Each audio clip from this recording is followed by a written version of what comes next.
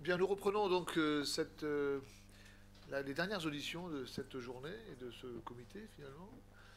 Euh, on a choisi et on a pensé intéressant de terminer sur euh, une ouverture française, puisque, comme vous le savez, la question du cannabis thérapeutique pose aussi d'autres questions plus largement au-delà de la médecine, qui sont les questions, mais qui peuvent rejoindre la médecine quand même aussi, qui peuvent s'intégrer à la médecine. La question est plutôt de l'ordre économique, on va dire qui va jusqu'à la question agricole, et donc de la question d'une filière française de production de cannabis ou de chanvre à visée thérapeutique. Donc on a eu des sollicitations et trois projets, en tout cas, sont auditionnés aujourd'hui. Alors je tiens à préciser que ces auditions ne feront pas l'objet d'une décision, ni d'un avis, ni d'un choix. Ça ne relève pas des compétences de ce comité, mais ça nous paraissait important de terminer sur cette dimension-là, parce que si l'expérimentation se met en place en France, eh bien, pendant cette expérimentation, probablement, il faudra réfléchir activement, en tout cas on peut l'imaginer, à la mise en place d'une filière française. On sait que ça prend un peu de temps. Donc voilà. Donc nous accueillons, pour commencer ces auditions, Monsieur Franck Barbier, pour la filière du chanvre français, la filière interchanvre, c'est comme ça qu'on peut le dire, la filière interchanvre. Voilà, donc je vous laisse peut-être finir de vous présenter, et puis ensuite nous écoutons vos commentaires, vos propositions peut-être sur ce sujet-là.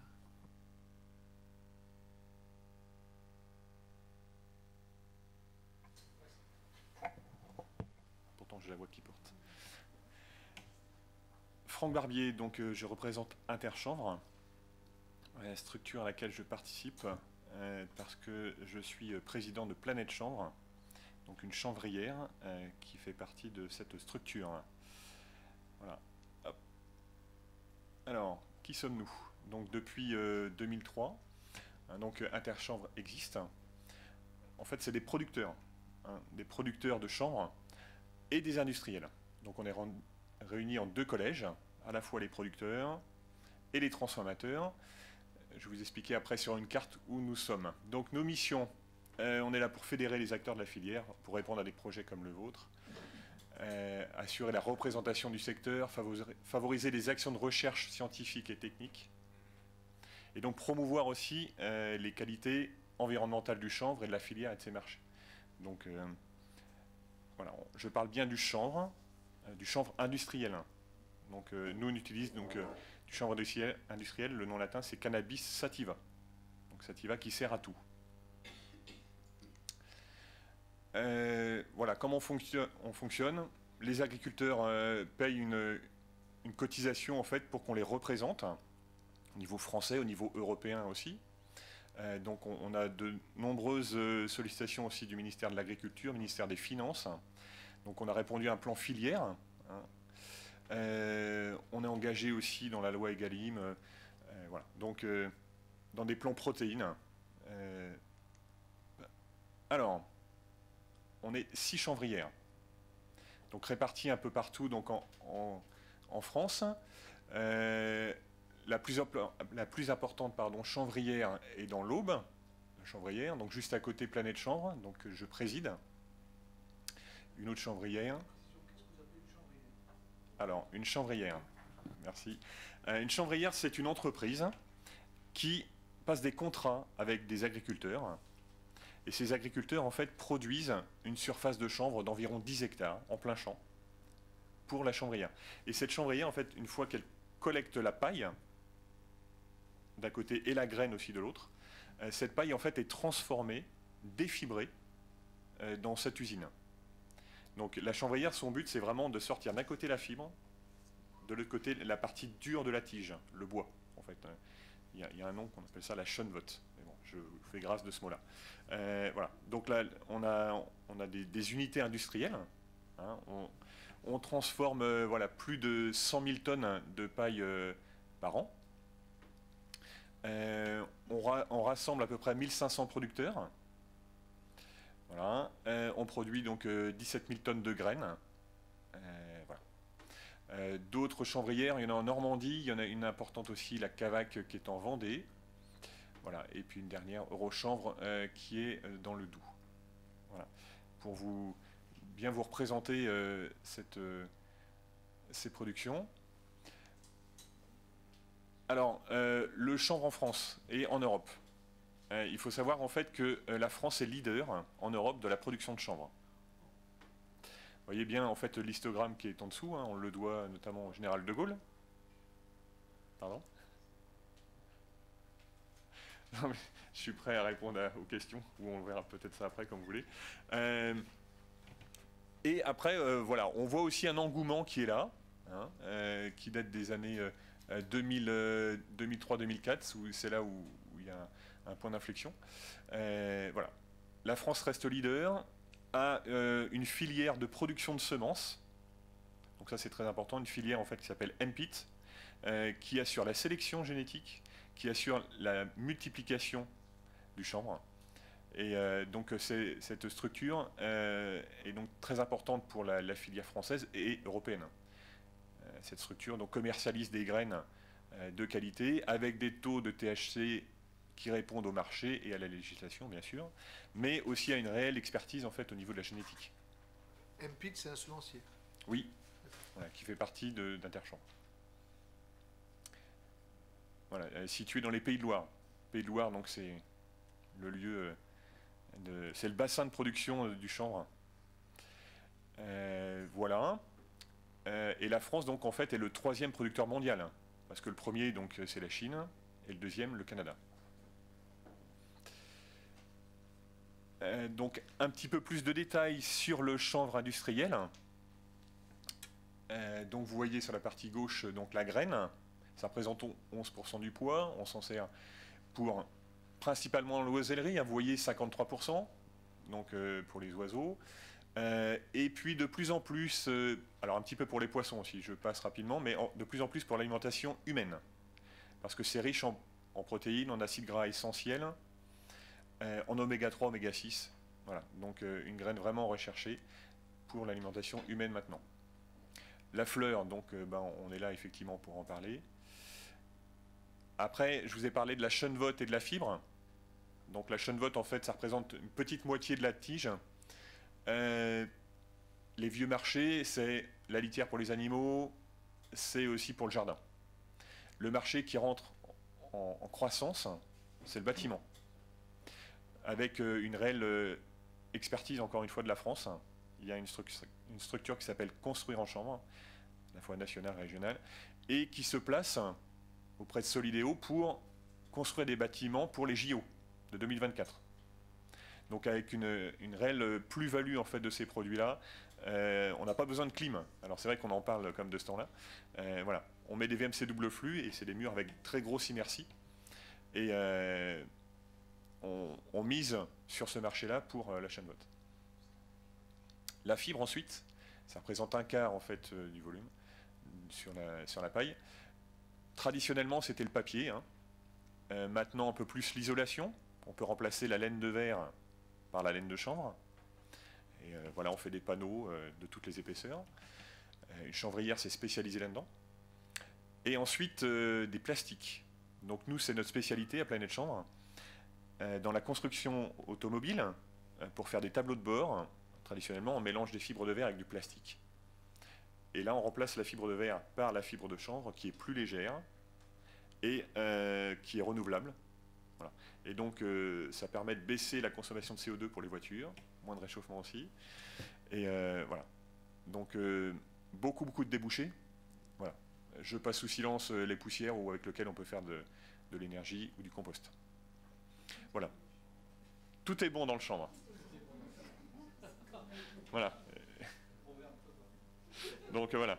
Le cannabis sativa qui sert à tout. Voilà. Alors, ce qui est important dans la production de chanvre, bon, je pense que vous le savez, mais nous, en tant que producteurs de chanvre, il ne faut pas de produits phytosanitaires. Hein, vous savez, donc sur le blé, le maïs, l'orge, on est obligé de mettre des désherbants, des fongicides pour lutter contre les maladies, des insecticides. Le chanvre, il n'y a pas besoin, il y a besoin de rien. Voilà. En fait, pourquoi? Parce que le chanvre est une plante qui pousse très vite, hein, qui pousse même exactement sous lumière artificielle éventuellement, mais nous, en plein champ, ça pousse très vite.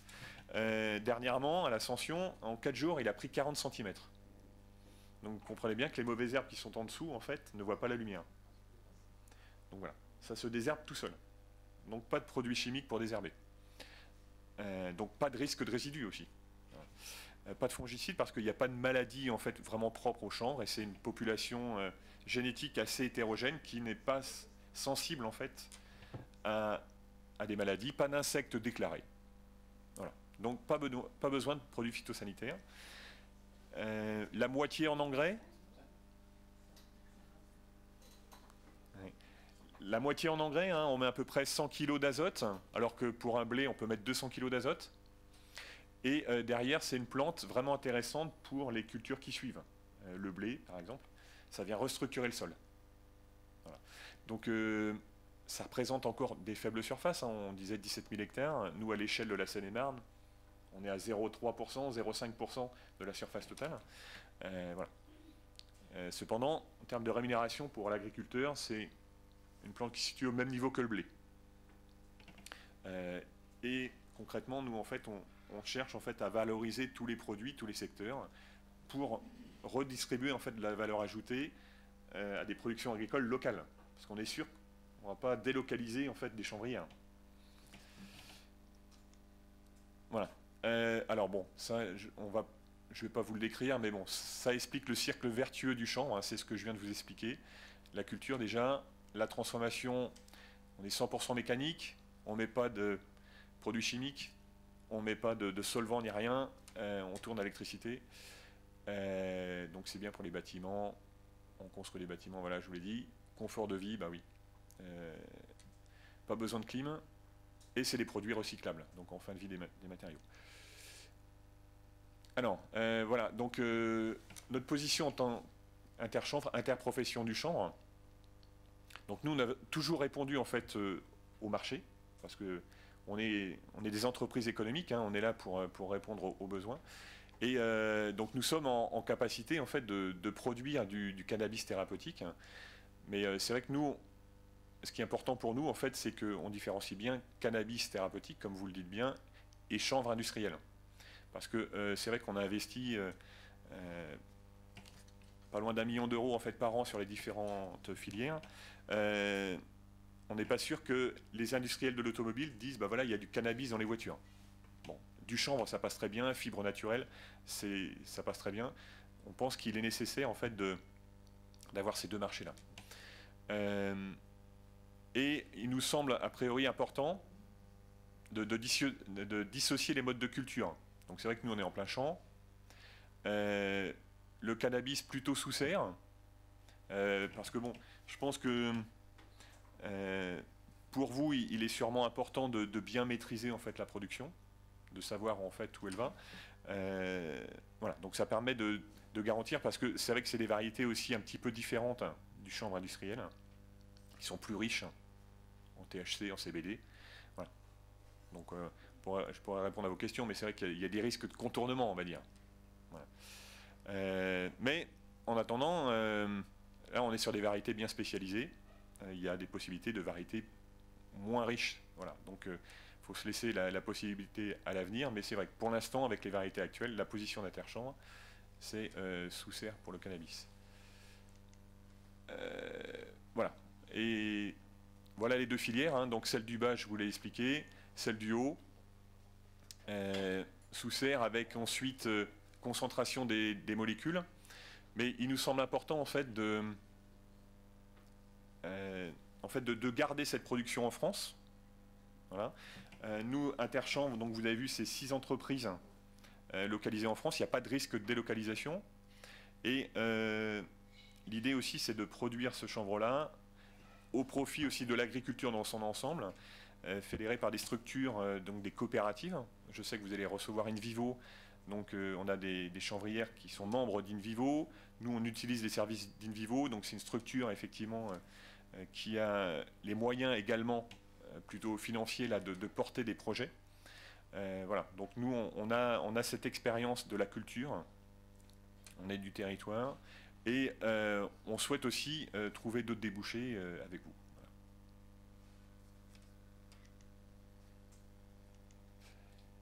Et voilà. Merci pour cette présentation qui nous a appris pas mal de choses aussi. Une vision plus globale de l'intérêt de cette plante. On va passer les questions. Professeur Brousse. Beaucoup. J'ai vu qu'il y avait une école nationale du chanvre. Alors, j'ai pas vu si elle était en Haute-Loire ou dans le Cantal ou en Lozère. Oui. Et qu'est-ce que c'est? Alors, cette école du chanvre, en fait, elle est plutôt à vocation de formation des artisans pour la construction. Voilà, c'est ça. Donc, c'est ce projet-là, parce que c'est vrai que dans la construction, il y a le poids des habitudes, le poids du béton, de la laine de verre, et donc voilà, il faut former en fait des artisans.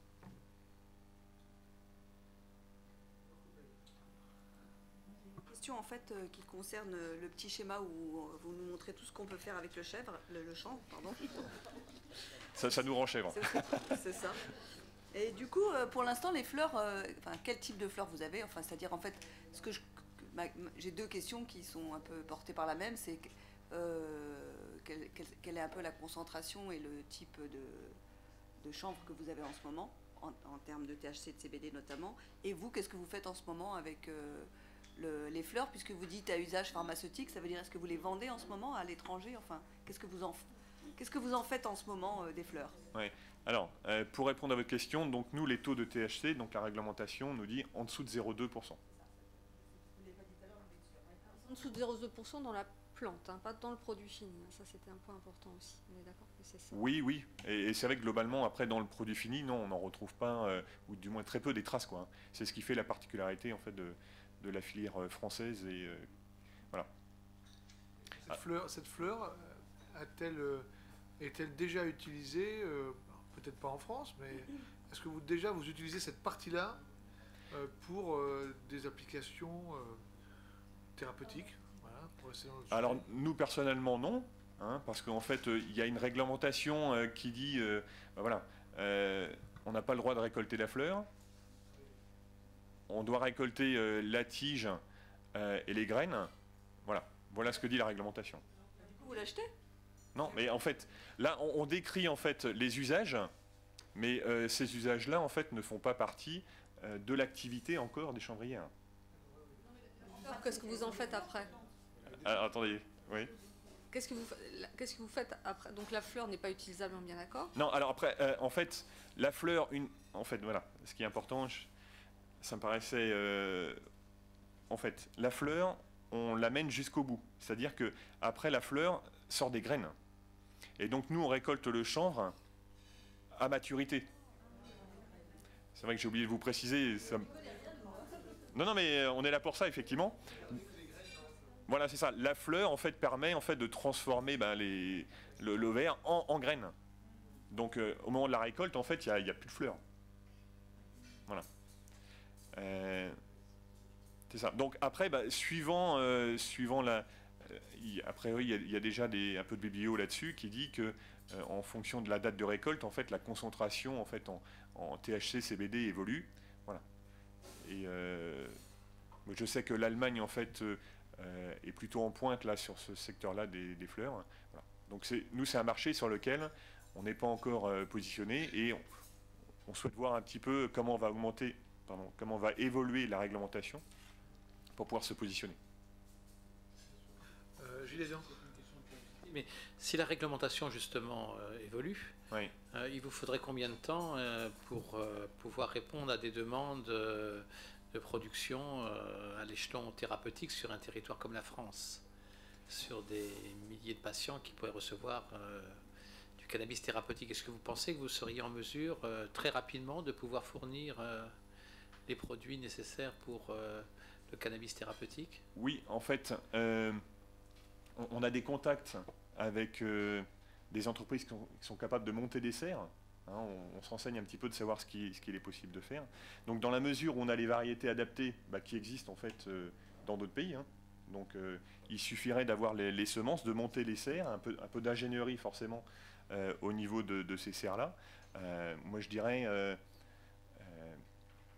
on trouve un terrain, permis de construire, ben voilà, en 1 ou 2 ans, on est capable de produire ces molécules-là, en fait. Hein.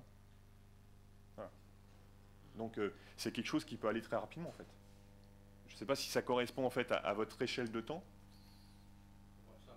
2 ans, c'est correct. Mais c'est-à-dire que 2 ans, le produit fini serait à disposition à partir de votre travail. Voilà. En fait, après, bon, il y a toute une activité de concentration que je ne connais pas encore précisément. C'est des réflexions qu'on a au niveau de la filière pour se poser les questions. En fait, si la réglementation le permet, quand est-ce qu'on pourra y aller et comment faire surtout. Voilà. Voilà. En fait, il suffirait de dupliquer en fait des systèmes qui existent déjà à l'étranger. Hein, et voilà, ça. Et l'intérêt en fait de s'attacher avec Interchanvre, la filière chanvre française et même donc des entreprises que vous allez auditionner tout à l'heure, c'est vraiment de capter en fait la valeur ajoutée ici et d'éviter en fait une vente de nos entreprises, parce que nous on est concrètement très ancrés dans le territoire et on n'a pas vocation à vendre notre entreprise à l'étranger. En fait, à la base, on est aussi des agriculteurs et donc on est sûr que c'est une production franco-française et on gardera les capitaux en fait ici en France et on crée vraiment une économie circulaire. Voilà. Et parce que voilà, la France est leader dans la production de chanvre, on souhaite le rester en fait. Voilà. Et on ne voudrait pas qu'encore une fois la France se fasse doubler. Voilà. Donc il y a une réelle volonté. Très bien. Est-ce qu'il y a d'autres...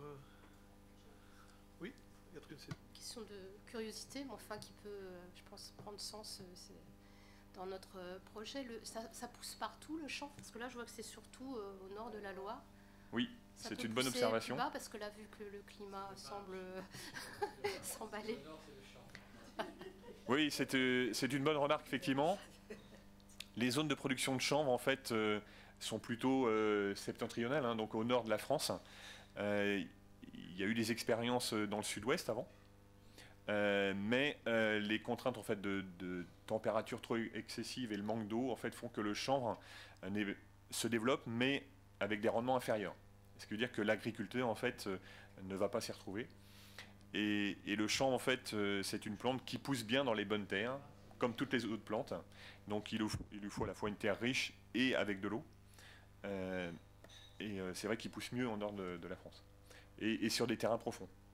Après, des terrains avec de l'argile un peu plus superficielle, ils poussent aussi dans nos climats, en fait, hein, je vois en Seine-et-Marne ou dans l'Aube, ou même d'ailleurs dans les autres régions, avec des petits écarts de rendement qui sont acceptables. J'avais cru comprendre qu'il leur fallait du soleil. Ah oui. Vous avez dit ça avec la Bolivie. Comme toute plante, effectivement... Vous avez dit que ça poussait bien en Bolivie grâce au soleil. Comme toute plante, en fait, le soleil en fait, libère de l'énergie et puis active la chlorophylle. Et donc la production de composés glucidiques et protéiniques par la photosynthèse. Et nous, on a suffisamment de soleil pour produire du chanvre en fait, avec des rendements tout à fait convenables, comme on voit ici, donc en moyenne 6 tonnes de paille et 1 tonne de graines par hectare. Voilà, donc ça fait partie des moyennes. Est-ce que c'est une culture qui rapporte? Parce que le chanvre, moi, à part les cordes, je ne sais pas très bien. Bon, là, je vois que vous allez vous orienter dans le bâtiment, etc. Mais bon, les graines, c'est pour les oiseaux. Le reste, c'est marqué que ça peut être un complément alimentaire. Mais enfin, bon, à part ça, que c'est... Bah, en fait, vous avez raison de poser la question. En fait, c'est tout l'enjeu, en fait. Je vous ai expliqué tout à l'heure que entre la production de blé, de maïs et le chanvre, en fait, ne dégage pas suffisamment de valeur ajoutée pour dépasser ces cultures-là. Parce que c'est vrai qu'on est soutenu même par l'agence de l'eau qui nous dit bah, écoutez, votre plante est extraordinaire, on ne met pas de produits phytosanitaires, donc voilà. Donc ça, c'est intéressant. Donc nous, en tant qu'industriels, on veut en fait ouvrir le champ des possibles en fait, pour les débouchés du chanvre, pour capter de la valeur ajoutée et la redistribuer à la filière agricole, pour que cette plante-là puisse se développer. J'ai oublié de préciser, en fait, c'est une plante annuelle. Ça veut dire qu'on la sème tous les ans. Ça veut dire qu'on a une très grande réactivité. en fonction en fait, des besoins de l'industrie et du consommateur. Si on doit faire 15-20% de chanvre en plus tous les ans, on peut le faire. Voilà. Parce qu'on sème tous les ans. À la différence de plomb, une fois par an. Donc une récolte par an. Une récolte par an. Voilà, mais du coup, en champ, voilà, c'est ça. Bon, en serre, a priori, on peut faire plus. Oui, on nous dit parfois 4 ou 5 récoltes par an, non, j'y crois pas. Ouais, voilà, bon. Mais voilà, on a une capacité de réaction, en fait, très importante. Vous êtes... et donc vous réfléchissez à vous adosser à d'autres acteurs potentiels. Vous avez évoqué Vivo, là, qui sont auditionnés après.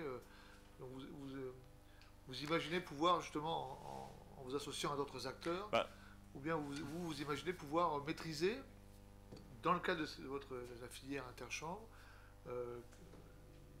quasiment toute la partie filière qui irait depuis la graine, puisque vous avez un pit dans la filière, jusqu'à un produit fini, qui serait aux normes bonne production pharmaceutique, bonne pratique pharmaceutique européenne, et qui pourrait être dispensé à un patient.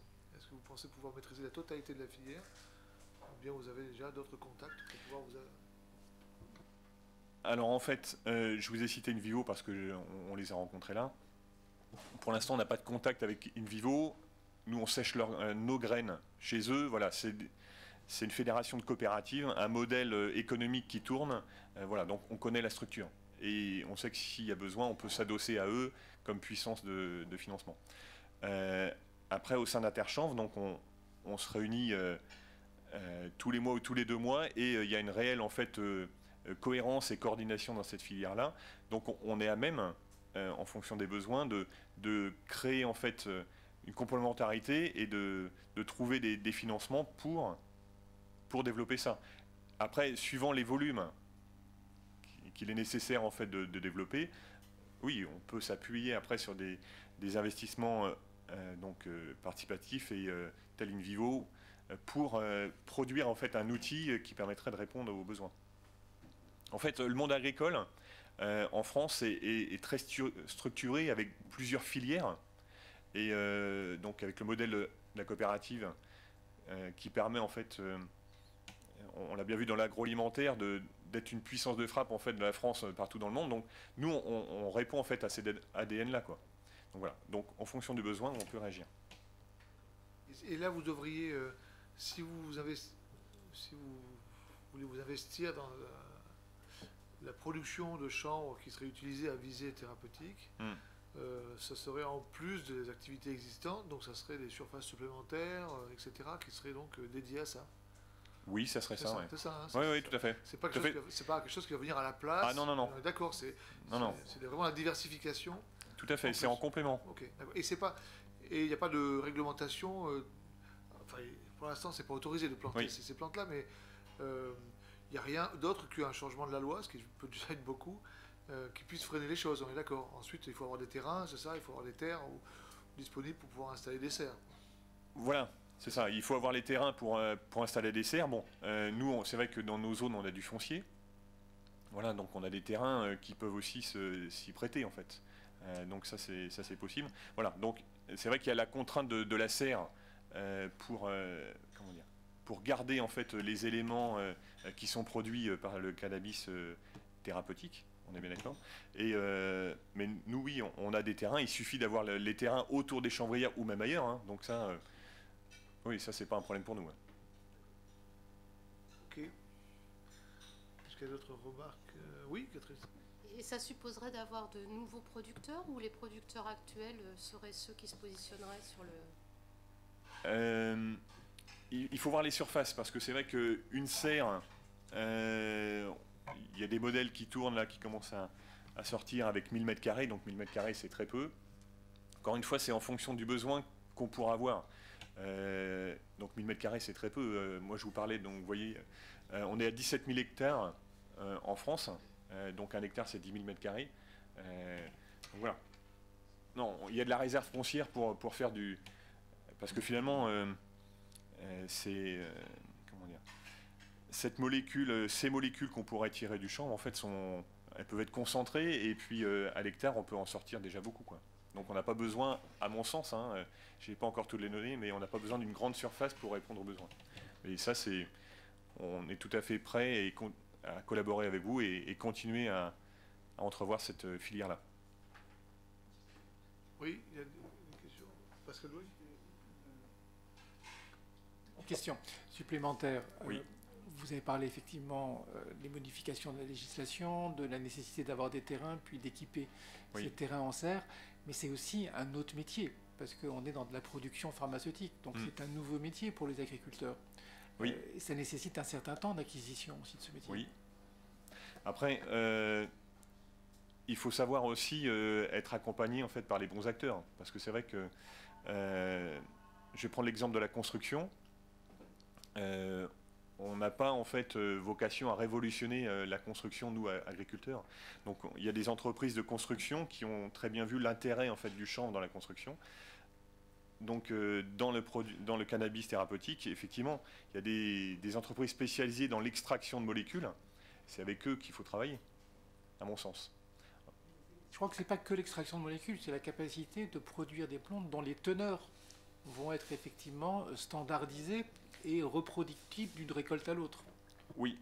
Alors, côté production, ça nous pose aucun problème. Parce qu'en fait, dans le métier d'agriculteur, on pense souvent céréales, mais en fait, il y a aussi les maraîchers, les horticulteurs, les producteurs de plantes ornementales et des plantes à parfum. Voilà. On a dans notre filière, dans nos réseaux, des entreprises qui savent concentrer en fait l'atmosphère en CO2, qui savent réguler en fait le nombre d'UV, réguler les températures, réguler l'hygrométrie en fait dans les serres. Ça, c'est un métier déjà connu dans l'agriculture. Ça, c'est pas un problème. Voilà. Après, tout ce qui est standardisation en fait du produit, la filière française des semences, que ce soit en blé, maïs et chanvre, c'est des filières d'excellence en fait, où vraiment on n'a pas à rougir en fait de nos capacités en fait, de nos connaissances en génétique. Donc ça, on peut très bien en fait adapter et continuer à travailler sur les variétés en fait pour répondre à vos besoins. Non, je suis pas inquiet du tout là-dessus. Juste une question sur les serres. Oui. Parce que la serre, ça permet de justement doser. Vous avez commencé à répondre par rapport au plein champ. Oui. C'est le thérapeutique, c'est uniquement dans des serres parce que ça permet d'ajuster la production, ou c'est pour les... En fait, ça permet d'assurer un isolement déjà entre les variétés. Donc ça, c'est quelque chose d'important parce que le cannabis thérapeutique, en fait, est plus chargé en THC et en CBD. Et au jour d'aujourd'hui, la connaissance, en fait, on ne voudrait pas de pollution en fait, de ces variétés-là vers les productions alimentaires. Bon, que nous dira l'avenir, je ne sais pas, mais bon, pour l'instant, la situation, elle est comme celle-là, donc c'est pour ça qu'on préconise la serre. Après, avec d'autres variétés peut-être, mais la position actuelle, non, c'est en serre. Pour isoler. Voilà. Après, effectivement, c'est des conditions de production bien particulières.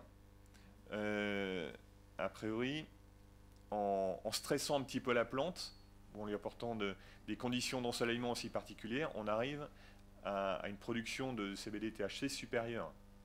Donc ça, c'est ce qu'on peut faire en serre. Donc sur des zones très précises. Voilà.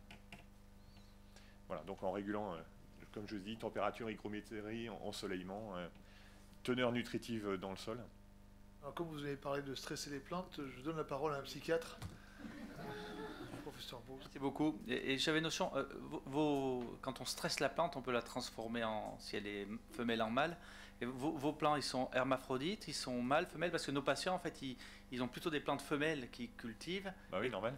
Et oui, parce que là, vous, c'est des plantes, parce que je connais pas bien la différence, mais vous, c'est des plantes femelles, là? Enfin, chez les plantes, pardon. Alors, ne lui dites pas tout, quand même. Je vais comme tout lui dire.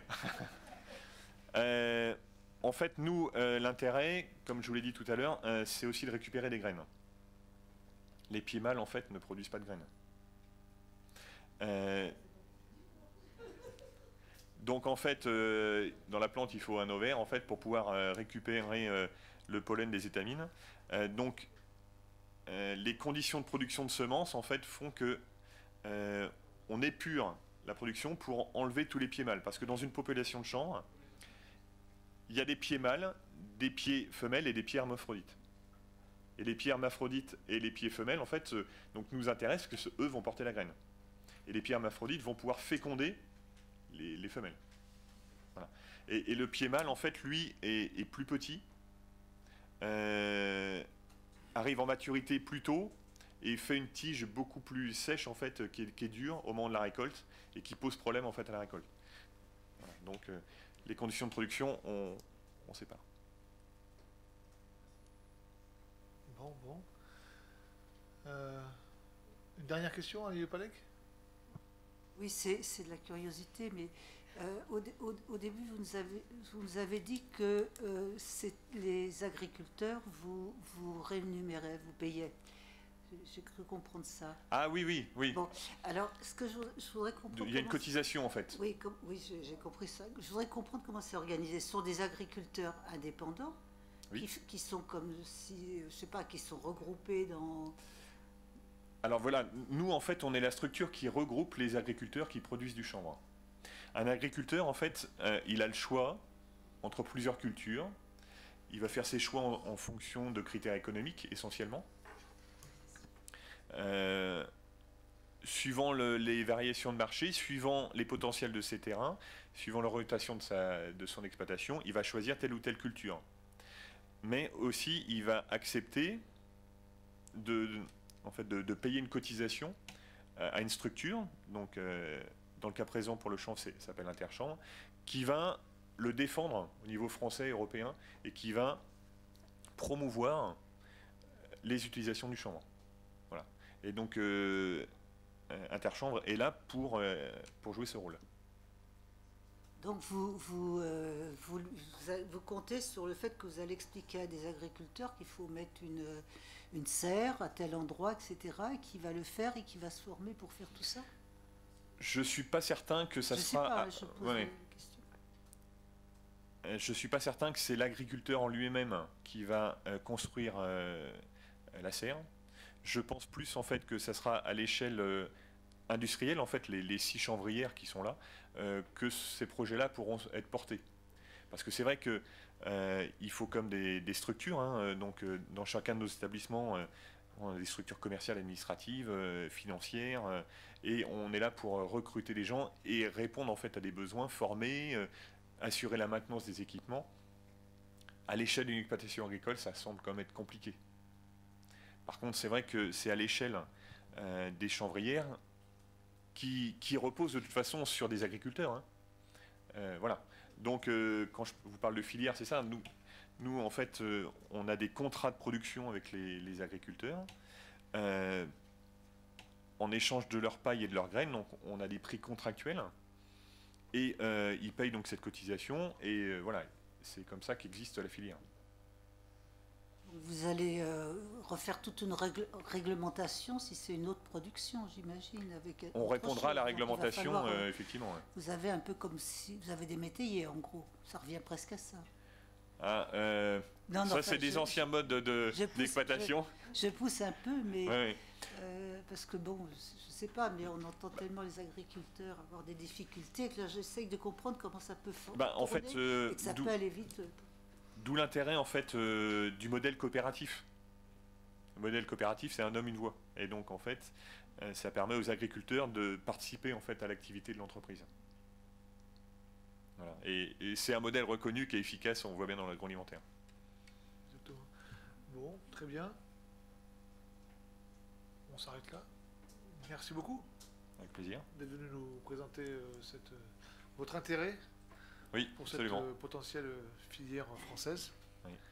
Ça ne se décide pas ici, évidemment, mais en tout cas, on peut imaginer que ensuite ces filières ne soient pas trop éloignées du soin, peut-être pour justement faire des filières les plus adaptées possible en fonction des besoins, que ces filières puissent s'adapter aux besoins, parce qu'on voit que le cannabis thérapeutique, certes, il peut être naissant en France, mais il a été mis en place depuis longtemps dans d'autres pays, mais qu'on est encore à la recherche des médicaments, des bons dosages, des meilleurs dosages, etc. Et donc probablement qu'il y aura une réflexion à avoir avec les filières qui vont produire pour savoir effectivement quels cannabinoïdes, dans quelle proportion, et donc Voilà. c'est vraiment une filière qui ira probablement au-delà de ce que vous nous avez proposé, je pense que... Oui, c'est ça. Et effectivement, la France étant leader en Europe, en fait, on a aussi pour vocation en fait, de répondre à vos besoins et d'avoir une production française, locale et adaptée en fait, à vos besoins. Merci beaucoup. Voilà. Merci d'être venu, merci d'avoir répondu aux questions et de nous avoir informés.